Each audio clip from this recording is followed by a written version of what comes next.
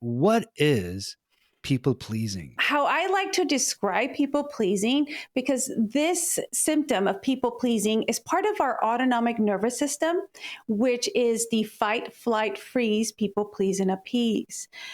And this has been going on since the Neanderthal times, primitive era, where what happens, how can we survive? And we know that in order for us to survive, we have to fight, we run away, just like the possum, we lay still. But recently, what has been happening, and this is way back, they would call it Stockholm Syndrome, where the victim would fall in love with the perpetrator. And that has been confounding researchers going, oh my gosh, but they did something wrong. They did something evil. They did something bad to them. How are they falling in love with them? Right. Yeah. And I remember during my practice, I was having a local contracts with Child Protective Services. And one of the common questions that non-offenders would ask me is, well, if they really had something bad happen to them, and this is the perpetrator, they were living with them, then why were they so nice to them? And it was a question that even I was like, okay, well, they didn't like their behaviors. Maybe it was them, but I had to research this even more. And I started looking into the Stockholm Syndrome. And lo and behold, when I started researching a little bit more, people pleasing started coming around within my research. And that's when I started noticing, okay, I can see that. Well, people pleasing comes in many forms. This is where they feel that they're going to have something happen to them.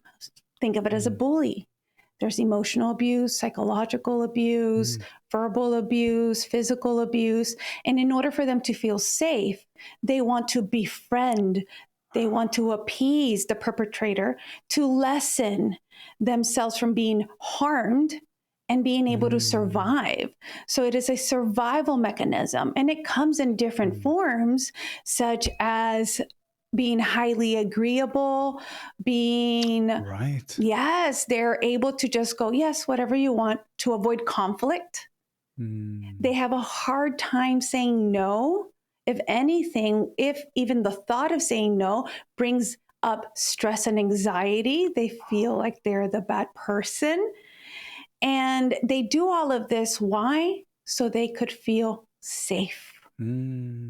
What a great description and breakdown. So a lot of it is protective and self-preservation in a way as well. It's like, if I do this, I may be able to survive. Yes. So does that mean, in terms of this pleasing, that there's often trauma? Or does anyone, from your experience, have you seen people like me? It may not be a big trauma that has happened, but it's just kind of habit. Someone just wants to be liked, and they feel rejection, and so they're just going to say yes to anything. Yeah, good question. So the sense of rejection, trauma, whether it's a big T or a little t, so it's still trauma nonetheless. Trauma is where there is a environmental factor that has happened to you that affects your immune system, and you cannot function in the day-to-day as you would normally do. So it doesn't matter if it's little t trauma. Could be, for example, your parents go out on a date night, they leave you with a babysitter, and automatically you feel abandoned. That would be trauma with the little t. Good example, yeah. So it's still trauma nonetheless, and it still affects the nervous system. So people pleasing can come up with the nervous system to feel safe. Trauma can affect that. But also what factors in is the society's programming. And in this one, girls are more predisposed to be people pleasers and appeasers, while men are more predisposed to be narcissists. Yes.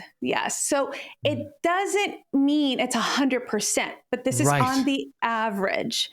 And so what happens with women, because my niche is women who are people pleasers in failed relationships. And the bread and butter for people pleasers is narcissists. Yes. Because what do narcissists do? They love to take advantage of people. It's always about them. Them. My needs need to be met.